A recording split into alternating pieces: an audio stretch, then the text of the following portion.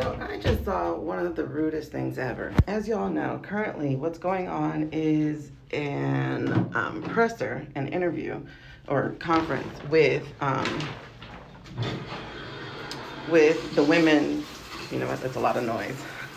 With the women who have been impacted by Epstein, right?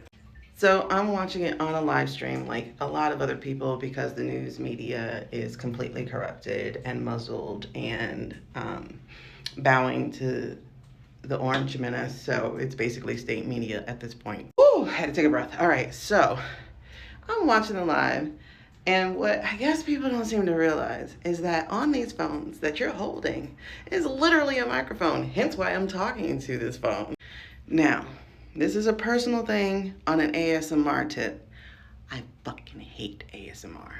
I am not into the whispering. Whispering feels like ants crawling all up and down a wall as they pour out of an anthill. I can't do whispering. It is gross. It sends chills, and not in the best way.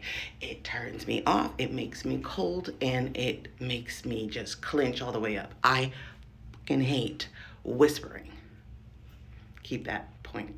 So these two women who are there to hear a plethora of women who had been silenced by the government, by the media, by the people around them who wanted to bury the story because there were too many powerful people. I don't care what fucking party they belong to, that wanted these women to just go away and stay silent. In fact, they even did that to one particular one, the one who was the bravest to speak up. So first of all, the fact that these women are speaking up is immense. I am a survivor.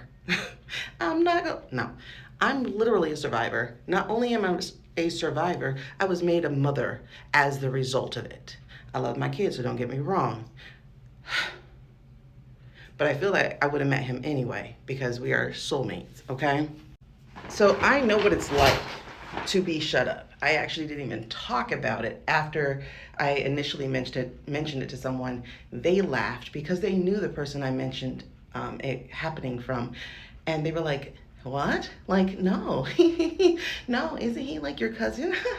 No, he has a girlfriend. No, he would never, honey." Not only did he, but the DNA test says 99.99.999999. Yes, I threw a lot of irrelevant points in there. You are the biological. Okay. So I know about surviving. And y'all, that wasn't the only time I've been through it. But that is the time that I have proof that I have been through it, okay? So these women are doing the hardest thing about it. Not just speaking up, but speaking up on freaking camera where everyone can see their faces. And some of them were Jane Doe's. In fact, one of them had a story that would have got her persecuted because she also helped get women, or young girls, excuse me. She helped get girls to the massage parlor. In case y'all didn't know this, these perpetrators often do use other teen girls to lure in other teen girls. Why do you think they're able to do it and take hands off and say, "I didn't bring you here"? Right?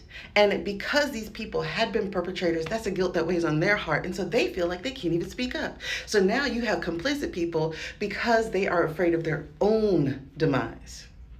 Back to the point. So these women are doing something so powerful, and that is they're using their voice. This is literally my channel called Girl Use Your Voice because a lot of us swallow what we need to say. We swallow our rage, we swallow our hurts, we swallow our truth.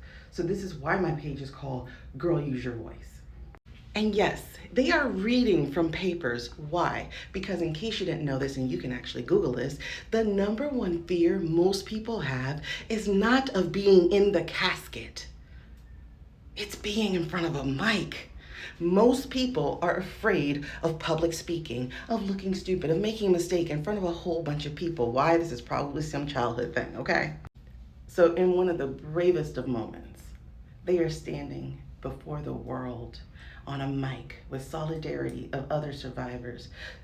And again, like I said, this one woman especially, I don't know if the other ones share this story too, but this one woman also has the burden of being one who helped bring others to this particular place.